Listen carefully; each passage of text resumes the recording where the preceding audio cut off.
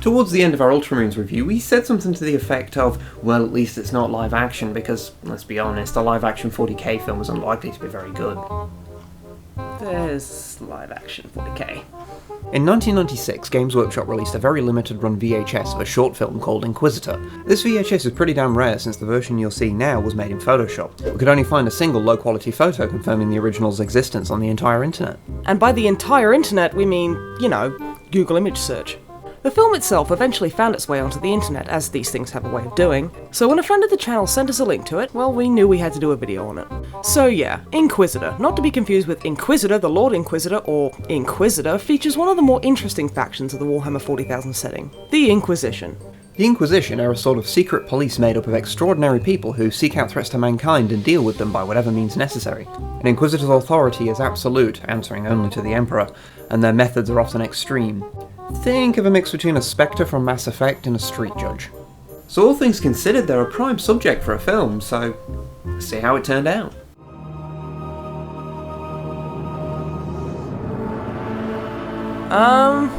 That's not an Inquisitor. That's a gargoyle. How long does this intro last? Yeah, okay, let's just skip past this part. We begin, as sci-fi often does, in space, as a fleet of 90s CGI rips itself from a warp and begins to bombard a planet. My god, these effects are terrible! This guy is the Admiral of the fleet, and sometimes he makes faces like this. Marvelous. He's joined by a Space Marine captain named Darius. Darius is from the Dark Angel Space Marine chapter, who are at least a little more interesting than the somewhat beige Ultramarines. They're usually green, although for some reason Darius's armour is white. And yes, we know he's white because he's a captain with Deathwing honours, but he should only be white if he's in Terminator armour, which he isn't. Unless in 1996 all Dark Angel's captains wore white and they just retconned it. I mean, I don't know, because the early stuff I've got's from 1999, but... It's okay. No one cares. The Admiral informs Darius that they will be accompanied by an Inquisitor on their mission down at the planet because the Inquisitor possesses an artifact retrieved from the surface previously. Coincidentally, Darius helped coordinate the mission where the artifact was retrieved, a mission that went seriously tits up, meaning all the Space Marines on the mission died, with only the Inquisitor and the artifact returning from the planet. Darius, perhaps understandably, bears a grudge against the Inquisitor for his lost men. However, unbeknownst to him, he and the Admiral are not alone.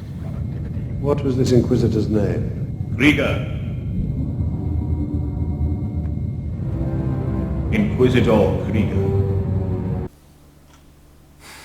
Nobody expects the Spanish Inquisition! So yeah, this is Krieger, the titular Inquisitor, carrying the previously mentioned artifact with him. He and Darius have a bit of a dick-waving contest before it is agreed that Darius will let Krieger have some Marines, but only 5, and Darius will be one of them, just in case any funny business goes on. Oh, and they don't make this particularly clear, but the mission that they're going on seems to be to disable the impenetrable energy shield that's been around the planet ever since Krieger returned with the artifact. Or at least we think it is. It's kinda hard to tell with all the audio sounding like it was recorded inside a bread bin.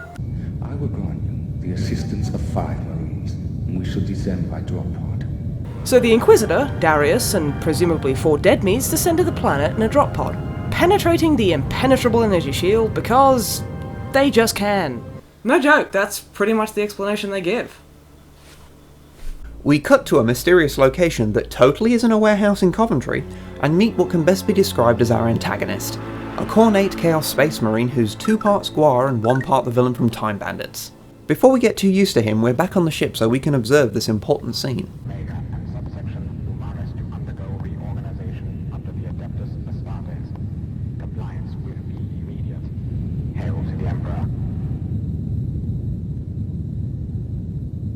Riveting. Suddenly, a wild astropath appears. Astropaths, if you're not aware, are a type of psyker in 40k who are capable of sending psychic messages across space. Think of them as walking, talking, interstellar fax machines. The astropath gives the Admiral a quick handjob to prove his purity or something, and informs the Admiral of some dire information from the Inquisition itself. They believe that the energy shield around the planet may in fact be part of an alien device that is sealing something bad away from the rest of the galaxy. So they ask that all attempts to assault the barrier be ceased and that the mission down to the surface be cancelled. Of course, the mission has already left and the energy shield prevents communications, so yeah. Down on the planet, the party has arrived where the artifact Krieger is carrying was first found. Hey, at least we didn't waste like a third of the movie watching them walk there. Oh hey, it's this guy again. I have not felt the blood rise for many years. You know, I hope that one day I enjoy my work as much as this guy does. He's a goddamn inspiration. Now it begins.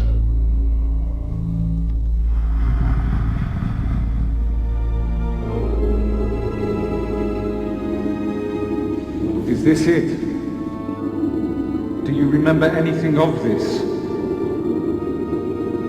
This is right. I'm so glad they added the wind effect because I was thinking that the dialogue was just getting too easy to understand. Brother Angel will remain here to guard the entrance. Enough, strong and ready.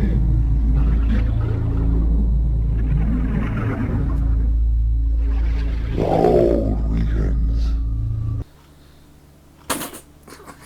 Okay, so here's what's going on. The artifact that Krieger has is part of an alien device that's keeping Guar and his chums locked away in what seems to be some kind of pocket dimension or something.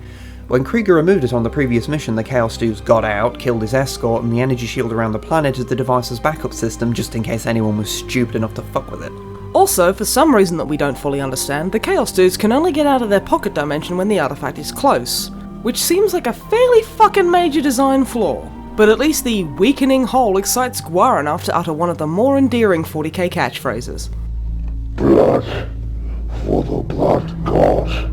We cut to one of the dead meats who is left guarding the windy entrance, and we finally get a good look at one of the Space Marine costumes, and to be completely honest, it's pretty decent. Marine armor, as many a cosplayer has discovered, is really hard to get right because A, Space Marines are proportioned differently to regular people, and B, the people that make the models themselves tend not to concern themselves too much with minor things like, could you actually move while wearing this? So yeah, you get a gold star, Inquisitor. We're actually kind of impressed. Anyway, a Chaos Marine glomps him through the wall from behind, and this dead meat is no more. Darius realises that the dead meat... Where is Darius's backpack? I was too busy complaining about his power armor being white earlier to mention it, but the backpack is where the power for your power armor comes from. You can't just decide not to wear it because it doesn't go with your fancy telemarketer headset. Why yes, I have found a way to complain about Space Marine backpacks in 2 different reviews. I'm that guy. And whilst we're bitching, I'm not sure how big a Puri Seal should be, but I am fairly sure this is too big. It looks like he's wearing one of those fucking giant novelty birthday badges, for fuck's sake. Darius realises that the probably dead meat is probably dead, so sends 2 more to see what happened as he, Krieger and the remaining dead meat press further into the structure. We must press on. I feel we are very near. Predictably, the dead meat's sent back to look for their companion are ambushed by Chaos Space Marines.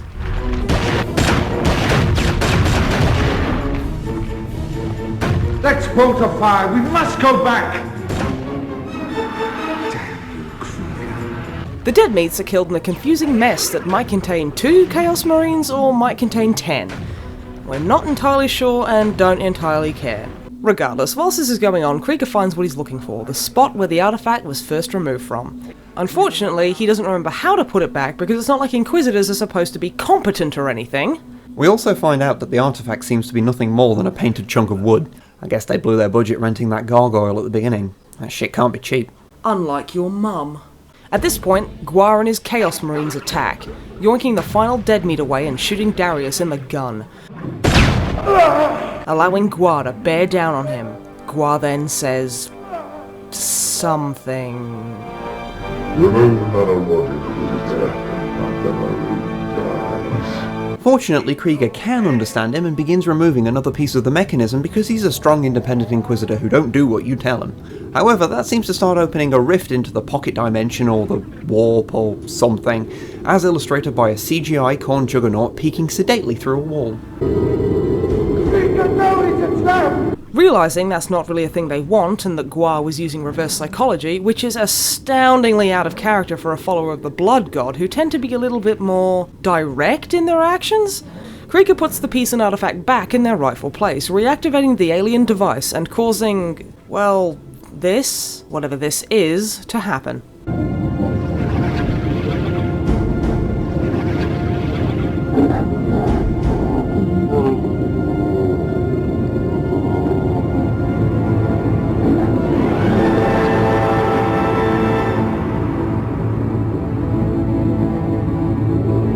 poor bastard looks like he's fallen on his keys.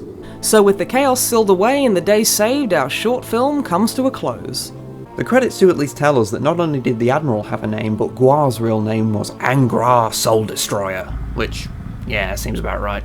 You know, this might come as a shock, but this wasn't very good.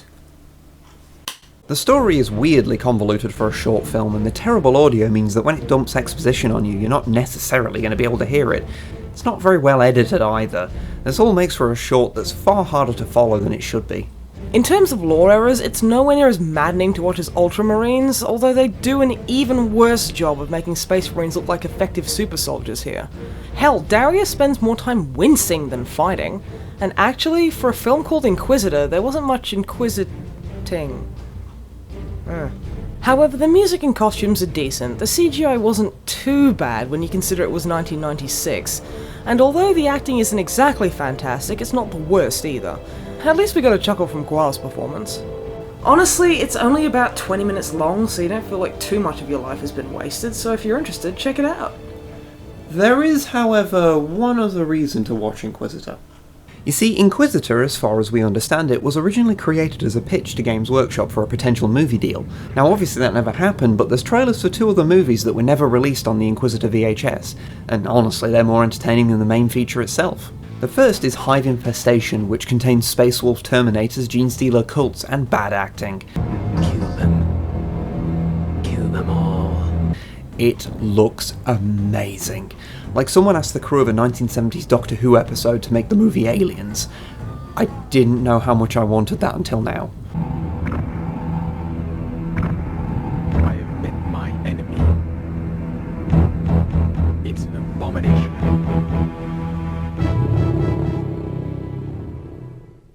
The other is Blood for the Blood God, which seems to be more about orcs than the title suggests, but the orcs seem to be having fun, so who am I to complain?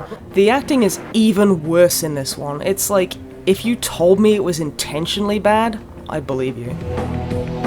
Traitor. Oh, and it ends with what people believe to be the least enthusiastic Blood for the Blood God ever. Blood for the Blood God.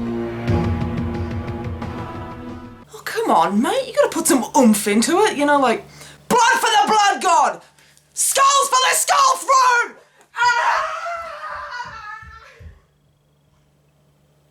Throne! Well, this is the end of the video. Congratulations, you made it. A lot of people died on their way here, but no, you proved that it could be done. And, you know, if you really want to prove it, you could like and subscribe, just, you know, to etch your name onto the mighty rock of accomplishment. And also, if you really, there's a bigger rock, which is our Patreon, if you fancy it. But, you know, then again, it is Christmas, and, well, you should probably spend something on yourself. Go out and buy yourself or someone you love a really fancy rock.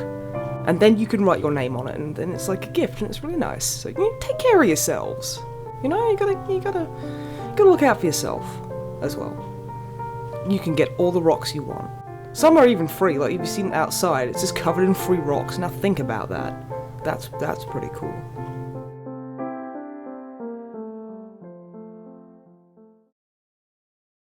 So how's your day been? It's been good. It's been good. High five? I'm okay actually.